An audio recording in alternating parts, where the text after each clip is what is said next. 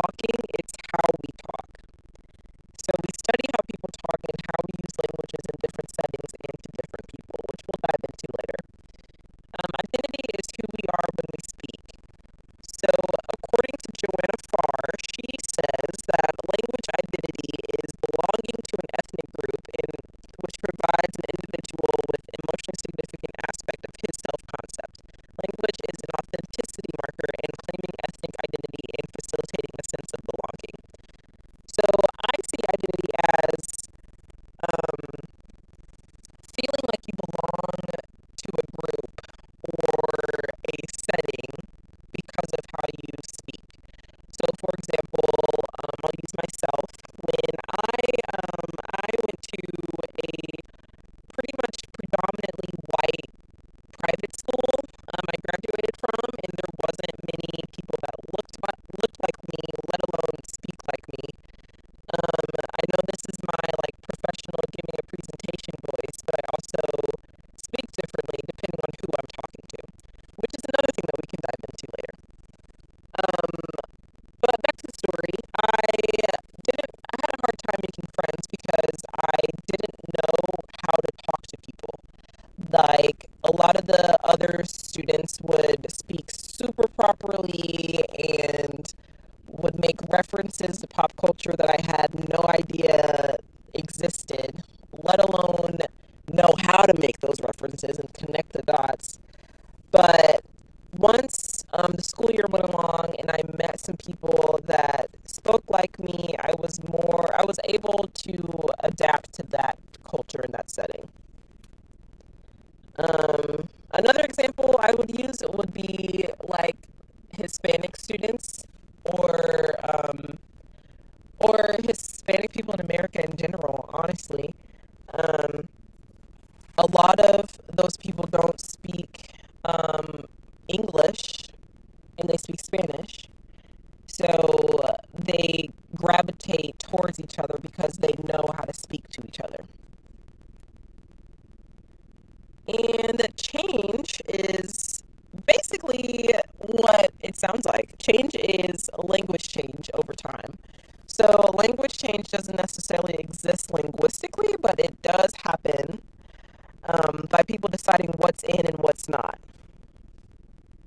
So, one thing is that people who speak the languages change them, and the changes they make take place in a social context. So we are the ones that change the language. The language doesn't just change on its own. So if we are saying a phrase or words that are popular, then that is how the language changes. And the words that we don't say is out, I guess, if that makes sense. So ideology is a very tricky subject because it's basically how we perceive languages and how we choose to view them and how these perceptions relate to power. So the power aspect is what's really important.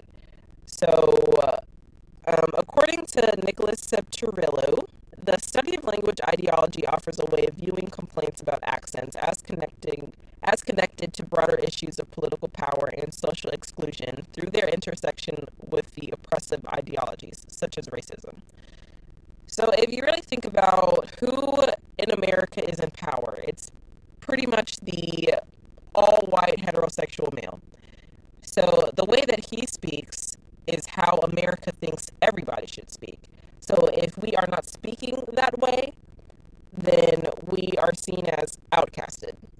So America is supposed to be an English-speaking country because English is the dominant language spoken.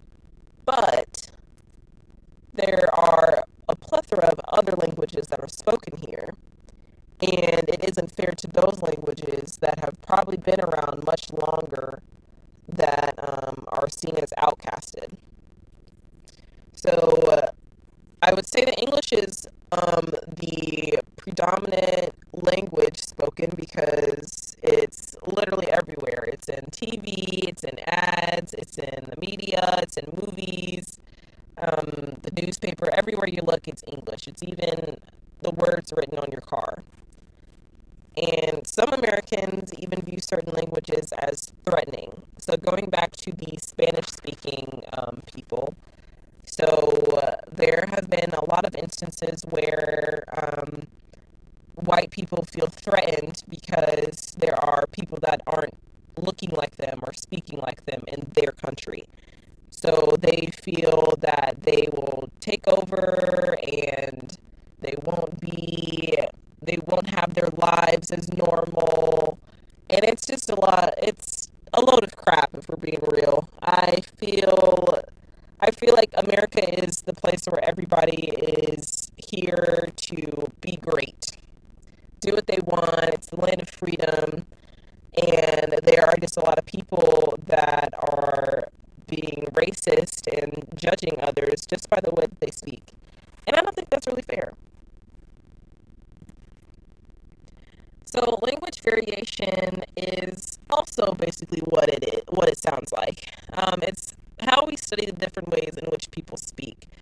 So I would emphasize that people speak differently, but that doesn't make it wrong. So an example I used is I will cook dinner tonight versus tonight I'll cook dinner. Both of those sentences are correct, except I would use one over the other. I would probably say I will cook dinner tonight rather than tonight I'll cook dinner. But there also might be some other people that would say tonight I'll cook dinner. So that's basically what language variation is. And a variation can be with or without change. So going back to language change, stable variations are consistently used throughout decades or centuries throughout a language.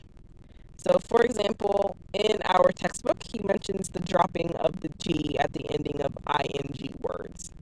So this was something that I didn't even pay attention to because I've been dropping the G my entire life. Like sleeping, eating, jumping, because sleeping, eating, jumping does not sound correct, even though it is. And this is something that we've been doing for centuries in our country. Like, not many people, some people do say the ing, but in like pop culture and society, it's kind of normal not to say the G. And no one really gets judged for it either. And it just makes you seem or sound like proper if you do say the G at the end of the sentence or the end of the word. It's not like if I were talking in a like professional setting, I wouldn't say a professional setting, if that makes sense. This is my bibliography page, but in conclusion, I hope that all of the English educators or math educators or science educators will understand that language is more than just talking. It's how we're talking, why we're talking that way, what do we mean when we're talking that way. It's not just hello. There's a lot more to it than we think. And I hope that they understood, and this was a good example of sociolinguistics.